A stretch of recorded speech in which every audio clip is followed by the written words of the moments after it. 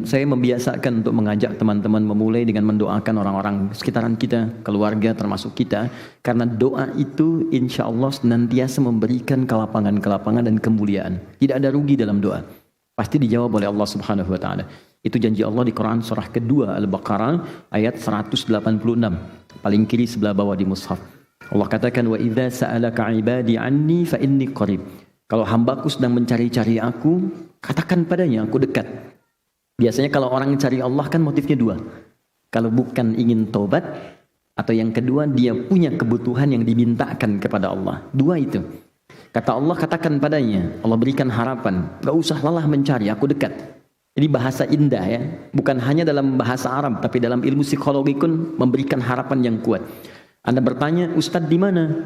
Jawaban pertama misalnya, ini belum jelas nih kabarnya. Yang kedua mengatakan, Ustadz sudah dekat, sebentar lagi tiba. Mana yang paling menenangkan? Satu atau dua? Dua, sudah dekat. Itu yang paling menenangkan, kan? Nah, karena itu, ketika Allah kemudian memberikan statement, aku dekat, gak usah dicari. Tapi yang paling menarik, diteruskan kepada motif hambanya. Perhatikan kalimatnya. Wa idza sa'alaka 'ibadi 'anni fa inni qarib. Tidak berhenti sampai sini. Ujibu da'watad da'i idza da'an. Ketika mereka datang kepadaku memohon apapun, aku pasti akan kabulkan apa yang mereka minta.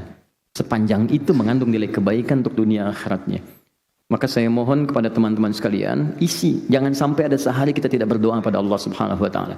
Ya, dan di antara doa itu minta yang belum beriman supaya diberikan oleh Allah kekuatan iman. Alhamdulillah kami di Bekasi dengan teman-teman membiasakan, dan hampir setiap pekan ada yang masuk Islam. Ada yang masuk Islam.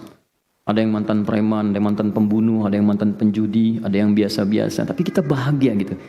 Ya, beberapa waktu yang lalu datang ke akhir center itu satu pertanyaan, Ustadz, saya mantan pembunuh, bisa nggak saya tobat?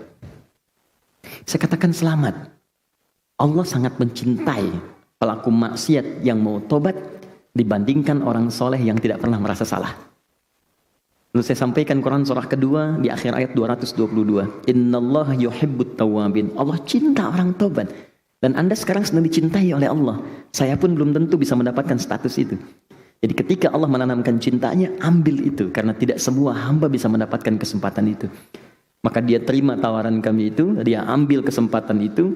Tiba kemudian beberapa hari, saya tidak tahu orangnya siapa, kemudian datang. Orang yang penuh dengan tato, wajahnya juga kelihatan tidak biasa. Tapi tiba kemudian ada pancaran keindahan di wajahnya. Dia datang cuman meluk, nangis.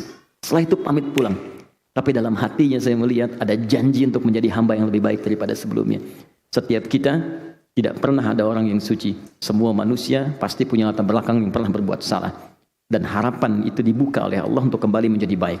Adam itu manusia, Adam pernah salah. Dan Adam diberikan kesempatan berubah, Adam bertobat. Setan pernah salah, dan setan diberi kesempatan tobat, dia memilih untuk bertahan dalam kesalahannya. Jadi kalau Anda masih mengaku manusia, maka ciri kemanusiaan itu pasti melekat dalam diri kita.